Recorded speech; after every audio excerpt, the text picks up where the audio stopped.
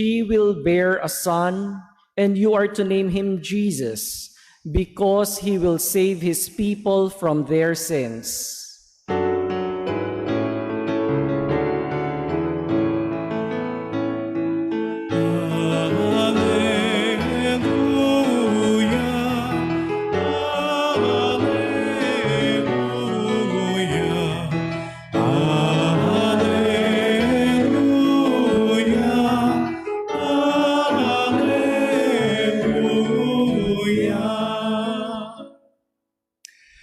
The Lord be with you. And with your spirit. A reading from the Holy Gospel according to Saint Luke. Glory to you, O Lord.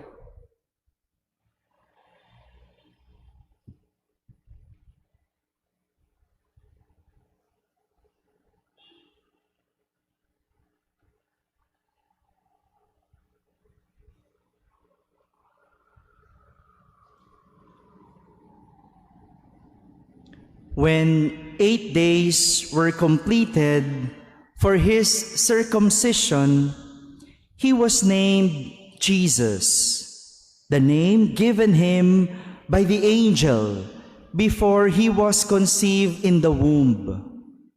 When the days were completed for their purification according to the law of Moses, they took him up to Jerusalem to present him to the Lord, just as it is written in the law of the Lord.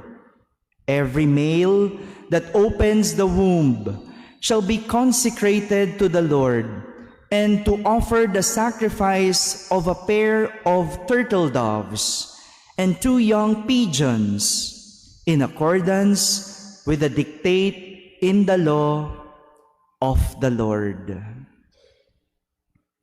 My friends, the Gospel of the Lord. Praise to you, Lord Jesus Christ. Please be seated. Good afternoon, my dear brothers and sisters. Happy New Year po sa inyong lahat. Pakibati naman ng katabi ng Happy New Year. Yan. Today, we celebrate the memorial of the holy name of Jesus. Holy name, banal na pangalan ni Jesus. This celebration tells us that everything about Jesus is holy.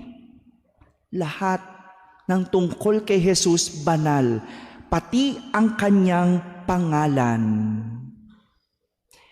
And this is what our readings for today is also telling us. Let's go with our first reading. If we could, let's go with the gospel first. If we're going to recall the story of the Annunciation, naalala niyo pa po ba yung kwento noong binisita ng Anghel Gabriel si Maria? No? At ibinalita sa kanya na siya ang magiging ina ng anak ng Diyos. If we're going to recall that story, it was the Archangel Gabriel who first spoke the name of Jesus to his mother Mary. Yung Angel Gabriel ang unang nakapagsabi ng pangalang Jesus. As he said to Mary, "Behold, you will conceive in your womb and bear a son, and you shall name him Jesus." That's when we first heard the name Jesus. When the angel told Mary na yung kanyang isisilang na anak ay papangalanan niyang Jesus. The angel, the Archangel Gabriel, was only a messenger. Tagapaghatid lang. So the name Jesus came from the Father. It was from the Father. The Father thought of that name, and therefore, it is holy. Dahil galing ito sa Diyos. Hindi ko alam kung saan po galing ang mga pangalan ninyo. Kahit pangalan ko nga no? Danichi, ano ba yun? No? Pagka tinatanong ako, para daw anime, no? Pinagsamang pangalan ng lolo ko at papa ko. No? So, tayo ganon. But the name Jesus is holy. Why? Because it came from God. And this is what our gospel for today is referring to.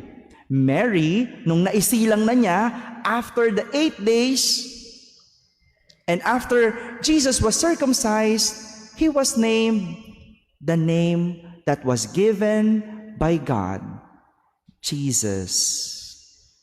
While in our first reading, St. Paul exalted the holy name of Jesus when he said, "At the name of Jesus, every knee should bend, of those in heaven and on earth and under the earth, and every tongue confess that Jesus Christ is Lord."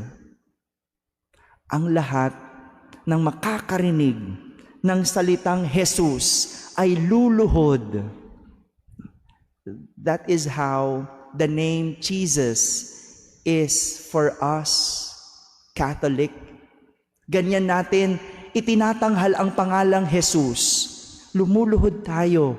Itinataas natin siya. Ikinakapuri natin siya. We exalt the name Jesus. And indeed, the name Jesus is holy and an instrument of our faith. That is why we celebrate and we rejoice because we have a powerful name to be called on to whenever we are in need. Diba? Pag nangangailangan tayo, who do we call on to? Jesus. We have a powerful name when we are in danger. We call on the name Jesus.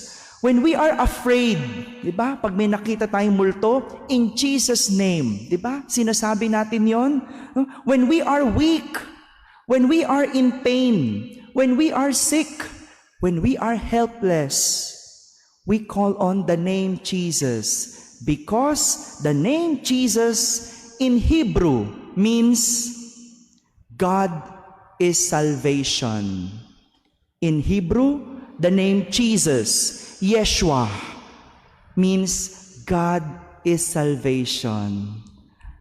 Galing, no? Kaya nga, no, yung pangalang Jesus, tatawagin nyo, gagamitin natin. No?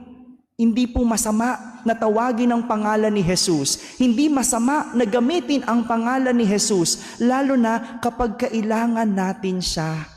Kapag tayo ay nangangailangan, because His name means God is salvation.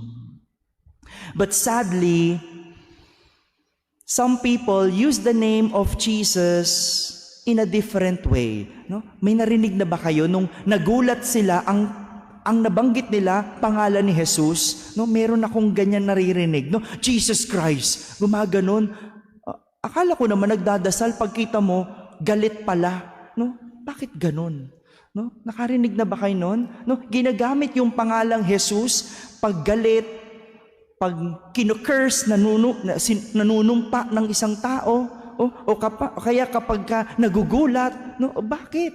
No? What's the purpose? Di ba ang ibig sabihin ng Jesus, God is salvation? Bakit galit? Pero ang gusto mong sabihin, God is salvation? Parang hindi akma, no? Para bang Pasko, tapos instead na Merry Christmas ang bati mo, Happy Holidays. Diba? Hindi akma. No? Hindi to holiday, birthday ni Jesus. No? Para bang pag birthday mo, di ba gusto mo marinig magagandang salita tungkol sa'yo? Pero maririnig mo, hindi magaganda. Di ba ang pangit, hindi tugma?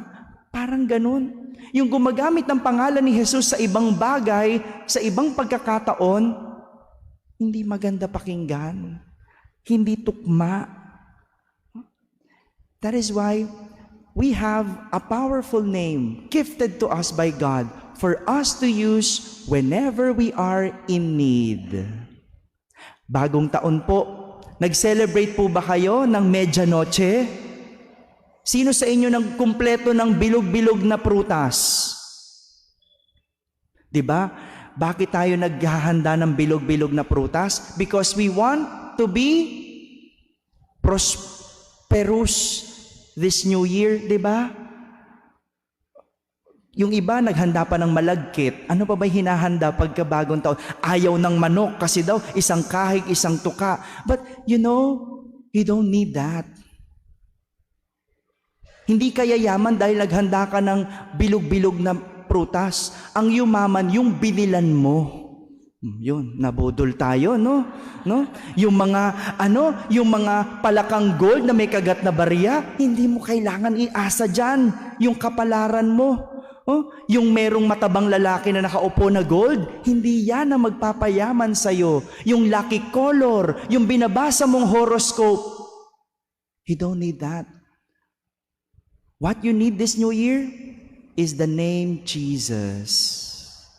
Diyan mo iasa yung buhay mo. Diyan mo sabihin lahat ng pangangailangan mo.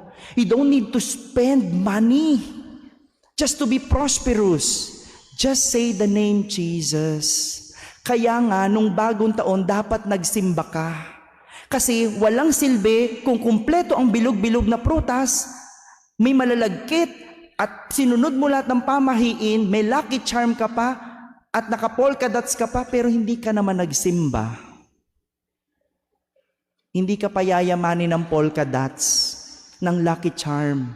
But Jesus can make you prosperous, can heal your sickness, can help you in anything and in everything that you will go through this year.